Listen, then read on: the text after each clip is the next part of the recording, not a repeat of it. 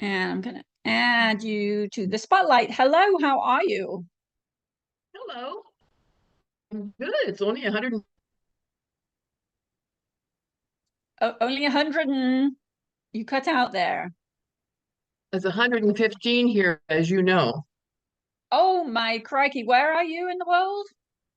Phoenix. You are here? Oh my goodness. We're only 106 here so far down in Chandler. I know it's supposed Well, to be 113 by the end or by 3 o'clock this afternoon. right. It's hot. It all feels the same to me. Yeah, I always figure once it's got to 106, it really doesn't matter what the number is above that. It's just That's hot true. anyway. It's too So hot. let me see. You are wanting some help with applique colors for your Hearts and Kisses pillow project. So what have you got? You So have I got those beautiful green blocks. Okay. so that's I bought a package of colors. Hopefully they all go together because And so then had to pick out a color for the applique. And so I don't know. I chose this one. I didn't know if that was good or not. That is really pretty. It's not in your face obvious, but it's very pretty. And I don't know if the pocket is the same color or not, but that's what I did. Yeah, you can absolutely do that. And you can use the thread colors to either have it blend in so that it's not an in your face thing, or you could use your thread colors to accentuate the outlines, in which case your appliques will pop off a little bit more. That's what I'd like. That's the part that I just didn't know what to do. I mean, if the colors are okay, then I didn't know what to do because it's very busy, and I thought maybe I should have used a plain fabric for the hearts. I don't know. It's still a bit overwhelming, though I'm having fun. Good. Having fun is the best part. Well, that's the main thing. So as far as your thread colors, so looking at your fabric, if you hold the fabric away from you, it's going to appear more solid. So holding it away, it appears to be a really nice, soft, sunshiny yellow color, right?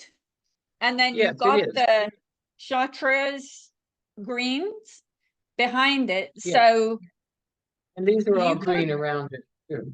yeah. So it's really pretty. So when you're looking at your threads, if you look in, look for what I typically do is for each color that you have. So you've got the yellow and you've got the green or the chartreuse.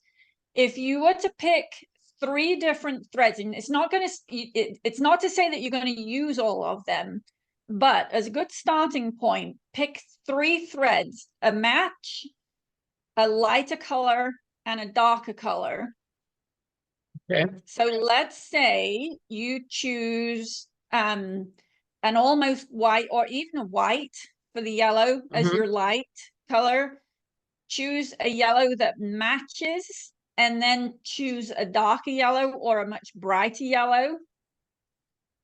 Do the same with the greens. And if you look at the green that is currently at the top, that right where your hand is on Hmm. the other side, the other hand. Yes, if you look at the piece of fabric that's in the right hand side of Hmm. that strip there, you've got it looks like you've got multiple different shades of the green there. Right. So you could you've got a lot to play with there if all you did was match, because I see a much darker green, you've got some much lighter greens in there. So choose some threads to match. And then So when you quilt, you use just one color for everything. So if I chose a dark green, it would be dark green everywhere. Is that, yeah? yes, yes. But Yeah, if the I chose quilting white, color is like going to as be in, the same all over. So it's And it's how, going to be on the hearts are the same as so the one thread covers the heart and the quilt? no, the No. heart's going to have lots of colors. So which number heart are you stitching? This is It looks like five, it's it's number five. 5. So can you see this heart up here? Yes. Hold on a minute. Let me. Yes. That's it. So that's actually the small one, and you're going to be stitching the medium-sized one, right? This this is medium. Yeah. So this is actually, where is it? This is actually the small one. So there's going to be a pocket over this section here.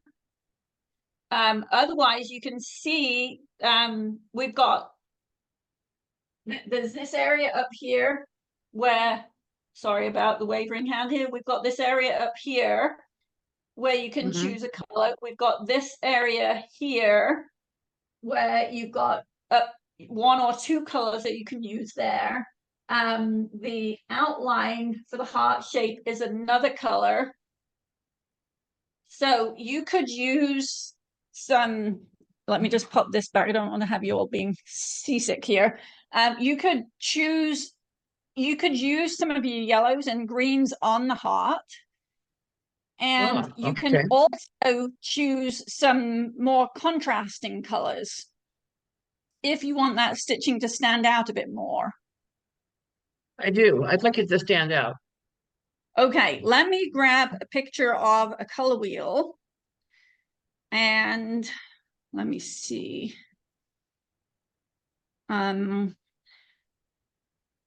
Where?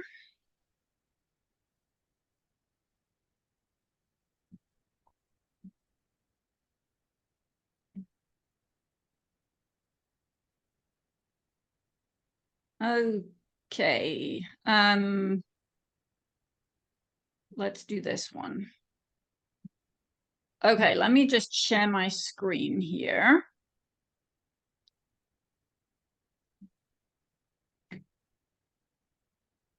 Can you see Oh, my screen, Patricia? yes. Yes. Okay, so we've got the color wheel here. So you are definitely in these two segments for your colors, right? Yes. You've got the yellows, you've got the greens, and your yellow is it's a little tiny bit orange. It's more of an I think orange yellow than a I think green yellow. it has some orangey kind of tones, yeah. Yeah, it does. So definitely choose some greens, definitely choose some yellows.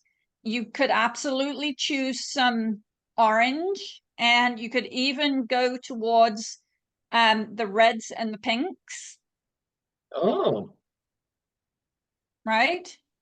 okay, okay. So opposite is not purple. Well, Is that opposite, if you take the yellow and the green, so let's say yellow, because you've definitely got an orangey tone on the yellow and you've got lots of green. So right? directly across from yellow, you've got actually the violet, and across from the Violet. green, it's more of the purple. So those colors are going to be your contrasting colors or your complementary colors. Okay. And so So those are that also used?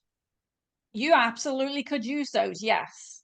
So if you analogous colors are anything that is next to each other on the color wheel. So if you've got the chartreuse, the yellow, the orange, going around this way, bringing in some red and even going towards the pink, that's Mm-hmm. all an analogous color scheme. So that's going to be really pretty.